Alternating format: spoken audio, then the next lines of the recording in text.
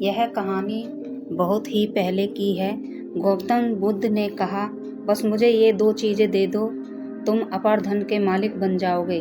पर लड़के ने मना कर दिया। यह कहानी शुरू होती है अब। जब गौतम बुद्ध अपने शिष्यों के साथ लंबा सफ़र तय करके एक सुंदर गांव में पहुंचे, तथागत ने कुछ दिन उसी गांव में रुकने का निश्चय किया। गौतम बुद्ध के आने का समाचार गांव में आग की तरह फैला और कुछ ही देर में तथागत के आसपास लोगों का जमावड़ा लग गया।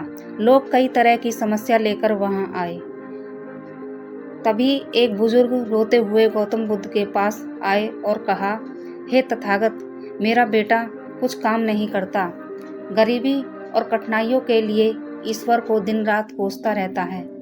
जब मैं उसे समझाता हूँ तो मुझसे ही वह बहस करने लगता है और घर का माहौल खराब हो जाता है। तथा मैं जानता हूँ कि वह अपना नुकसान कर रहा है, लेकिन मुझे समझ नहीं आता कि मैं उसे सही रास्ते पर कैसे लाऊं। गौतम बुद्ध मुस्कुराए और बुजुर्ग व्यक्ति से बोले, आप कोई बहाना बनाकर अपने बेटे को मेरे पास ले आइए। बुजुर्ग व्यक्ति ने कहा, तथागत, मेरा बेटा किसी की बात नहीं सुनता, सबसे बहस करता है। मुझे डर लगता है कि कहीं वह आपको भी कोई गलत बात ना कह दे। बुद्ध मुस्कुराए और बोले, चिंता मत करो, तुम बस उससे कहना कि मैं उसकी सारी समस्याओं का समाधान कर दूंगा। गौतम बुद्ध की बात सुनकर कुछ लोग बुजुर्ग के साथ उसके बेटे को बुलाने के लिए चल दिए।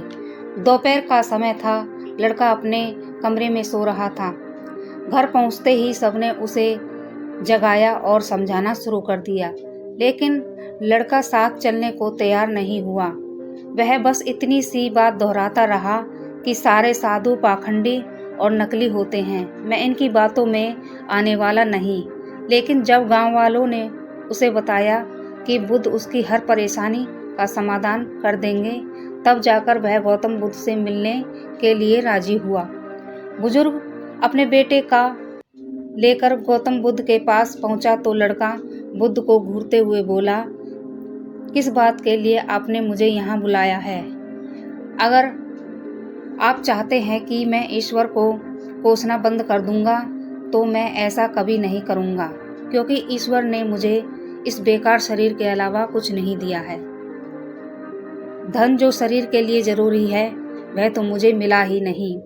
अगर आप मेरी धन की समस्या हल कर सकते हैं तो ठीक है, नहीं तो अपना बोरिया बिस्तर समेट लें और यहाँ से आगे बढ़ें। युवा लड़के की बातें सुनकर गौतम बुद्ध मुस्कुराने लगे और बोले, मेरे दोस्त, मैं तुमसे ईश्वर की कोई बात नहीं कहूँगा, लेकिन याद रखो कि व्यक्ति के सुख और दुख का कारण उसके कर्म होते हैं। इसलिए किसी और को कोसने की बजाय अगर तुम मेहनत करोगे तो तुम्हारा जीवन ठीक और आसान हो जाएगा। गौतम बुद्ध की यह बात सुनकर वह लड़का आग बबूला हो गया और कहने लगा, मुझे आपके भाषण से नींद आ रही है। इससे तो अच्छा था मैं घर में ही सो रहा था।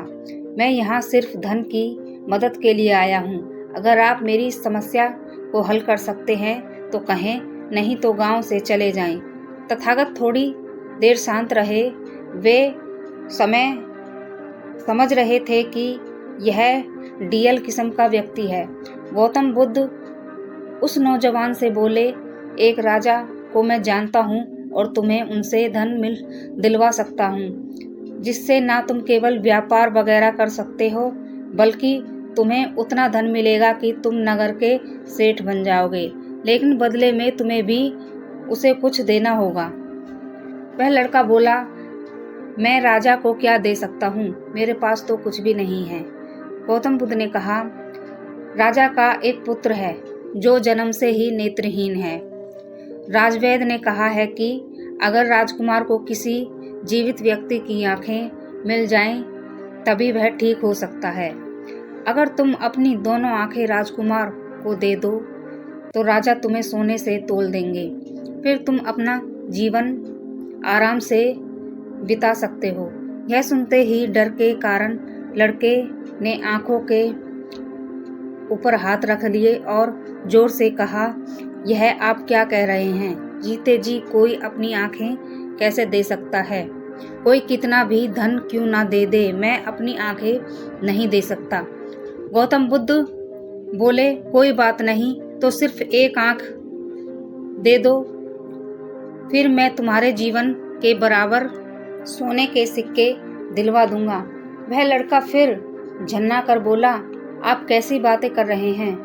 मुझे सोने के चाहे जितने भी सिक्के मिल जाएं, मैं अपनी एक भी आंख नहीं दे सकता। मेरी आंखें अनमोल हैं। गौतम बुद्ध ने कहा, अगर तुमको और धन चाहिए तो बोलो, राजा मना नहीं करेगा। लड़का बोला, मेरी आंखें अमूल्य हैं, कृपया आप यह कहना बंद कर दें।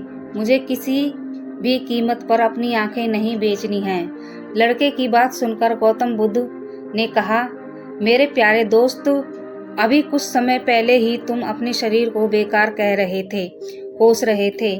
अब तुम कह रहे हो कि तुम्हारी आंखें अनमोल हैं। अगर तुम्हारी आंखें अनमोल हैं तो तुम्हारा शरीर बेकार कैसे हो सकता है? अगर शरीर तुम्हें अनमोल लगता है तो तुम्हारी बुद्धि की कीमत क्या है? अगर यह सब अमूल है तो जीवन शक्ति जो तुम्हें जिंदा रखे हुए है उसकी क्या कीमत है? गौतम बुद्ध के शब्द सुनकर उस लड़के की आंखों में आंसू आ गए। वह तथागत के चरणों में गिरकर रोने लगा और फिर कहा कि मैंने बहुत बार कोशिश की, लेकिन मैं कुछ कर नहीं पा रहा, इसलिए मैं इतना हताश और कड़वा हो गया हूँ।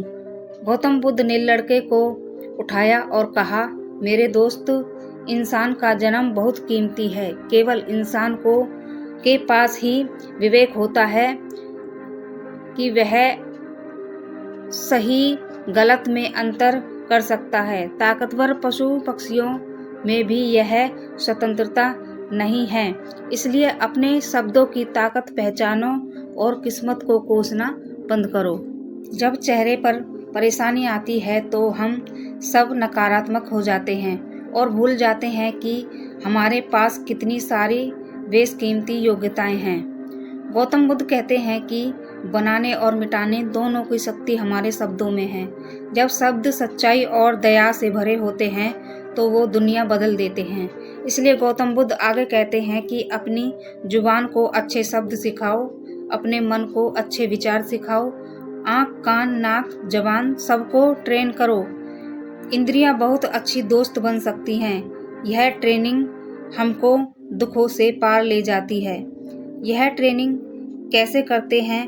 ध्यान से, योग से, प्राणायाम से, विपश्यना से हम अपने मन को, अपनी इंद्रियों को सिखाना शुरू करते हैं। यह एक ऐसा तरीका है जहां आप दो तरह की ब्रीडिंग टेक्निक से लो मोटिवेशन को हाई मोटिवेशन में बदल सकते हैं। जब भी आपका काम करने का मन ना करे या जब आप बहुत ज़्यादा डिस्टर्ब हो रहे हों तो इन दो टेक्निकों का प्रयोग कीजिए। ऐसी ही मोटिवेशनल कहानियों को सुनने के लिए चैनल को सब्सक्राइब कीजिए और वीडियो को लाइक शेयर कीजिए। धन्यवाद।